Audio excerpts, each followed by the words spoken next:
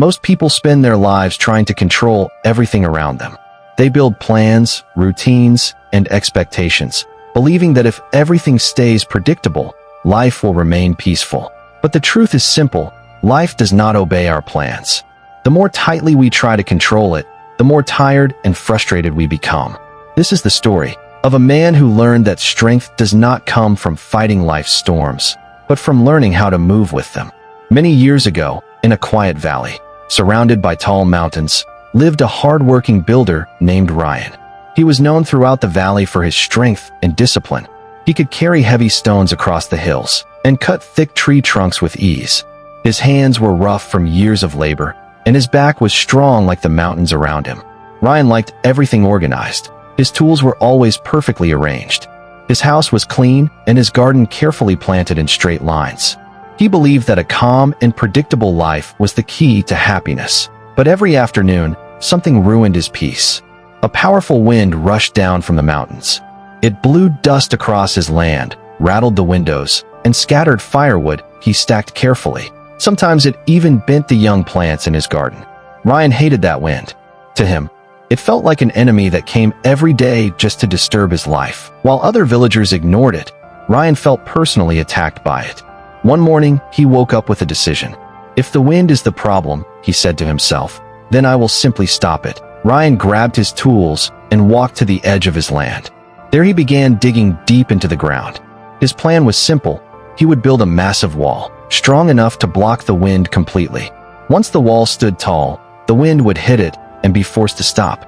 Then his land would finally be peaceful. Day after day, he carried huge stones from the nearby river. Each rock was heavy, but Rayan pushed himself harder. His muscles burned and sweat poured down his face. Yet he continued working. Slowly, the wall began to rise. When it reached about 5 feet tall, Rayan stepped back proudly. That afternoon, the wind came rushing down the mountain as usual. It slammed into the wall. But instead of stopping, the wind simply flowed over the top and blew dust into his yard anyway. Rayan clenched his fists in frustration. The wall is not high enough, he said angrily. So he kept building. Weeks passed. The wall grew taller and thicker. Rayan barely slept and sometimes even forgot to eat. He told his neighbors that soon he would defeat the wind forever. They looked at him with doubt, but Rayan ignored them. Finally, after many exhausting weeks, the wall stood enormous and solid. It stretched across his land like a gray fortress made of stone and mud. Rayan crossed his arms and waited for the wind. That afternoon, dark clouds gathered over the mountains. A strong storm was forming. Soon the wind came roaring down the valley, stronger than ever before. It slammed into the wall with tremendous force. For a moment, the wall held steady, but because the wind's natural path was blocked, pressure began building along the sides. The air rushed around the edges, searching for any weakness. Eventually, it found one, a tiny crack, in the dried mud between two stones. The wind pushed through it. The pressure grew louder and stronger. Then suddenly, crack, the top of the wall collapsed. One stone fell, then another. Within seconds, thousands of rocks tumbled down the hillside. They crushed Rayan's garden and destroyed the fence around his property. The storm continued raging across the valley. Rayan fell to his knees in the dirt. His hands were bleeding from weeks of hard labor. His body ached with exhaustion. Everything he had built was now a pile of broken stones, and the wind was still blowing. For the first time, he felt completely defeated. Later that evening, Rayan looked toward the highest hill overlooking the valley. At the top lived an old man named Jonas, a miller who ground grain into flour for the village. Strangely, Jonas lived where the wind was strongest, yet his home was never damaged. Rayan decided to climb the hill and ask him for advice. When he reached the top, he found Jonas sitting peacefully on a wooden bench, watching the clouds move across the sky. Behind him stood a tall windmill. Its long wooden blades were spinning quickly in the powerful wind. Rayan approached him and said, "I built a massive wall to stop the wind, but it destroyed everything. Tell me, how strong must a wall be to defeat it?" Jonas smiled gently and stood up. Instead of answering immediately, he walked toward the windmill. "Look closely," he said. Rayan watched the large blades spinning smoothly in the air. "Tell me something," Jonas asked. "Is the windmill fighting the wind?" Rayan looked again. "No," he admitted. "It's moving with it." Jonas nodded. "The wind is not your enemy.